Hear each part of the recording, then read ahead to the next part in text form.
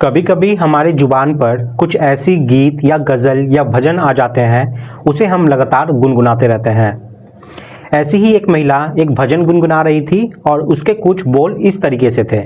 मैं तो श्याम की दीवानी हुई। ये सुबह से ही इस तरह से उसे गुनगुना रही थी।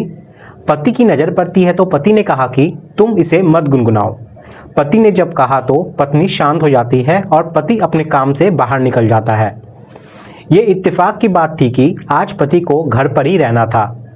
जब पति घूमकर घर वापस आता है तो पत्नी उसी भजन को वापस से गुनगुना रही थी जिसके बोल थे, मैं तो श्याम की दीवानी हुई। पति को गुस्सा आता है, कहता है कि मैंने अभी तुमसे मना किया था, इसके बावजूद भी तुम इसी भजन को गुनगुना रही हो, इसे मत गुनगुनाओ। ये कहकर पति फिर वापस से घर के बाहर चला जाता है। बाहर जाने के बाद फिर से वापस लौट कर आता है तो पत्नी उसी भजन को गुनगुना रही थी। पति को इस बात से फिर से गुस्सा आने लगता है। पति का पत्नी से जितनी बार भी सामना हो रहा था उतनी बार ही वो उस भजन को गुनगुना रही थी। आखिरकार पति कहता है कि शायद तुम मुझे चिढ़ाने के लिए ये सब कर रही हो। पति को बहुत ज़्यादा गुस्सा आता है। वो दौड़ कर जाता है अपने कमरे में जहाँ पर उसकी खुद की रिवॉल्वर रखी हुई होती है। उसे ले आता है और उसके बाद वो गोलियां चलाना शुरू कर देता है। गोलियां चलती रहती हैं, लाशें गिरती रहती हैं। इस हादसे में 3 बच्चे की मौत हो जाती है और एक जिंदगी जो है वो मौत की जंग लड़ रही है, अस्पताल में अभी भर्ती है। दरअसल ये घटनाक्रम जब लोगों के सामने आती है तो लोगों को यकीन नहीं हो रहा था कि एक गाने की बोल से वो इतना गुस्सा जाएगा कि वो कत्ल कर देगा। पूरे इलाके में सनसनी फैल जाती है। लोग सोचने पे मजबूर हो जाते हैं कि कोई आदमी इतना क्रूर कैसे हो सकता है। नमस्कार, मैं हूं मुकेश। आज की जो सच्ची घटना मैं आपको सुनाने जा रहा हूं, ये सच्ची घटना है उत्तर प्रदेश की। उत्तर प्रदेश के जिला सहारनपुर का एक थाना लगता है गंगो, और गंगो थाना क्षेत्र का एक गांव लगता है सागा ठेड। दरअसल सागा ठेड का रहने वाला भारतीय जनता पार्टी युवा मोर्चा का पूर्व जिला अध्यक्ष, जिसका नाम योगेश रोहिला होता है। दरअसल अपने छोटे वाले बेटे को वो जब भी देखता था उसे देखकर एक अजीब सी घुटन सी उसे होने लगती थी। जब जब उसे देखता था वो अपनी पत्नी पर गुस्सा करने लगता था। पत्नी से साफ साफ कहता था कि इसे देखकर साफ साफ ऐसा लगता है कि जैसे ये मेरा बेटा है ही नहीं। इसका किसी न किसी दिन डीएनए टेस्ट कराकर यह हकीकत भी सामने जरूर लेके आएगा। इस तरीके से इस बात को लेकर हमेशा उन दोनों के बीच में कई बार विवाद भी हो जाता था। पत्नी साफ साफ कहती है कि तुम्हारे मन में गंदगी घुसी हुई है, इसलिए तुम्हें हर जगह गंदा ही दिखाई देता है। और ऐसे ही अक्सर पत्नी और पति में किसी न किसी बात को लेकर कहासुनी भी हो जाया करती थी। खासकर बात तब बिगड़ जाती है जब 21 मार्च 2025 को उसने अपनी पत्नी की चोटी पकड़ी और पकड़ने के बाद घर से बाहर निकलता है और गली में घूमने लगता है। फिर गुस्सा करता है, उसे पीटता है। पत्नी गिड़गिड़ा कर कहती है कि ऐसा मत करो, बाहर के सब लोग देखेंगे तो क्या कहेंगे तुम्हारे बारे में। जब ये बात उसने सुनी तो आखिरकार पति थोड़ा शांत हो जाता है। शांत होने के बाद घर में ऐसा माहौल हो जाता है जैसे कुछ हुआ ही नहीं था। सब पहले जैसा माहौल शांत हो जाता है।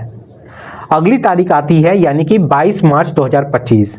पत्नी की जुबान पर एक भजन था, उसके बोल गुनगुना रही थी। बोल थे, मैं तो श्याम की दीवानी हुई। इसे वो बार बार गुनगुना रही थी। इस बात को लेकर उसके पति को गुस्सा आने लगता है। वो कहता है कि कुछ भी करो लेकिन इस भजन को बिल्कुल भी मत गुनगुनाओ। पत्नी शांत हो जाती है, लेकिन पति को घर पे ही रहना था उस दिन, इसलिए जितनी बार भी आमना सामना हो रहा था उतनी बार उसकी पत्नी वही गीत वही भजन गुनगुना रही थी और पति को लगातार गुस्सा आ रहा था। लगभग 1:30 बजे के आसपास का वक्त था। इसके 3 बच्चे होते हैं, एक बेटी 2 बेटा। एक गांव के ही एक विद्यालय में पढ़ते हैं।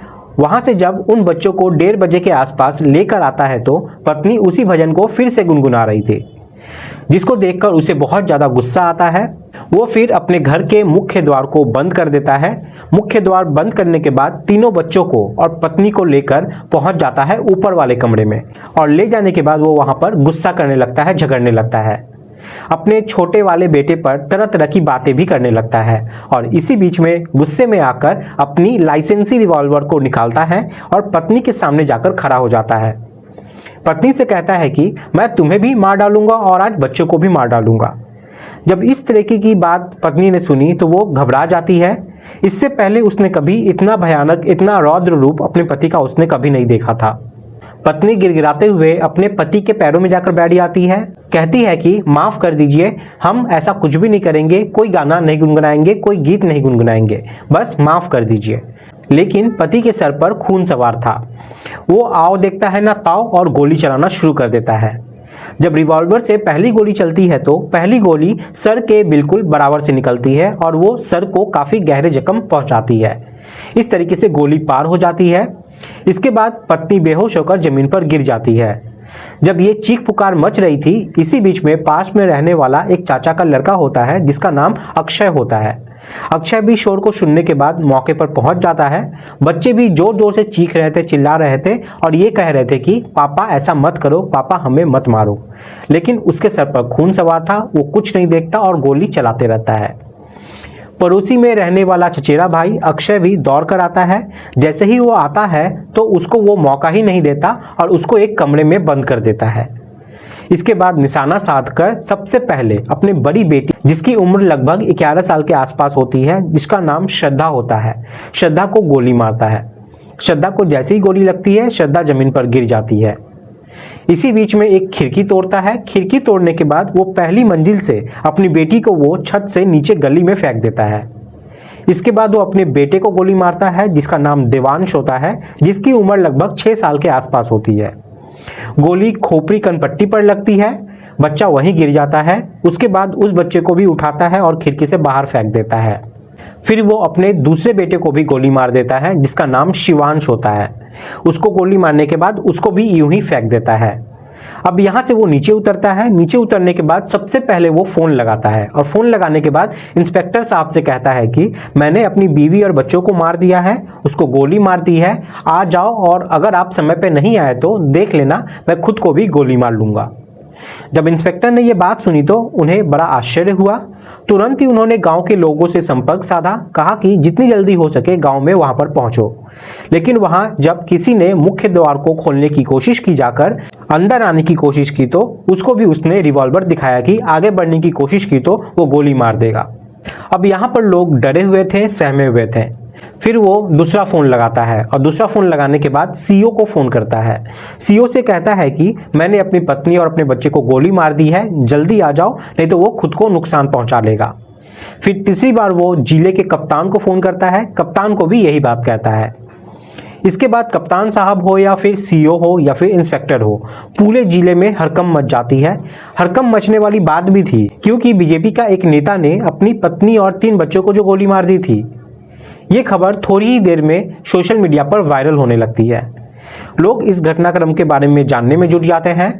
फिर पुलिस मौके पर आती है और जितनी जल्दी हो सकता था उस घायल महिला को उठाती है, उसके बच्चे को उठाती है। लेकिन पता चलता है कि बेटी तो पहले ही मर चुकी थी। जो 2 बेटे हैं वो हॉस्पिटल में जाकर मर जाते हैं और जो पत्नी होती है जिसका नाम नेहा होता है, वो जिंदगी और मौत की जंग लड़ रही है हॉस्पिटल में, उसका इलाज चल रहा है। दरअसल पुलिस वालों ने जब इस बारे में जानने की कोशिश की तो कहानी शुरू होती है साल 2006 से। योगेश रोहिला की साल 2006 में सहारनपुर के अम्बेटा के रहने वाली एक लड़की होती है रेखा। पेशे से वो शिक्षा मित्र में होती है। इससे योगेश की शादी हो जाती है। योगेश की कुल मिलाकर 5 बहनें होती हैं और ये अकेला एक भाई होता है। इसके पिता का नाम रमेश रोहिला और माता का नाम बाला होता है। एक दिन बहन की शादी को लेकर बाप और बेटे में किसी तरीकों के लेकर विवाद हो जाता है और ये विवाद कुछ ज़्यादा ही बढ़ जाता है वक्त के साथ। विवाद के कुछ दिन बाद ही 21 नवंबर 2007 को अचानक ही इसके घर में ज़्यादातर जो सदस्य होते हैं उनकी तबीयत खराब हो जाती है। उस दिन उसकी पत्नी जो थी वो मायके गई हुई थी। सबसे छोटी वाली बहन जिसका नाम सोनिया होता है, उसकी तबीयत तो पहले से ही खराब थी। पिता होते हैं रमेश, माता बाला, बहन इसकी मीना, दूसरी बहन सीमा और तीसरी बहन अन्नू। इनकी तबीयत इस कदर बिगड़ जाती है कि इन्हें तत्काल प्रभाव से उपचार के लिए हॉस्पिटल लेके जाते हैं और पता चलता है कि इनकी रास्ते में ही मौत हो गई है। यानी कि 21 नवंबर 2007 को एक साथ 5 लोगों की मौत होना यह अपने आप में एक बड़ा घटनाक्रम बन जाता है। उसके बाद इन सारे मौतों की किसी को सूचना नहीं दी जाती है। घर परिवार के कुछ लोगों ने एक ही चिता बनाते हैं और एक ही चिता बनाने के बाद सबका अंतिम संस्कार एक साथ कर रहे थे।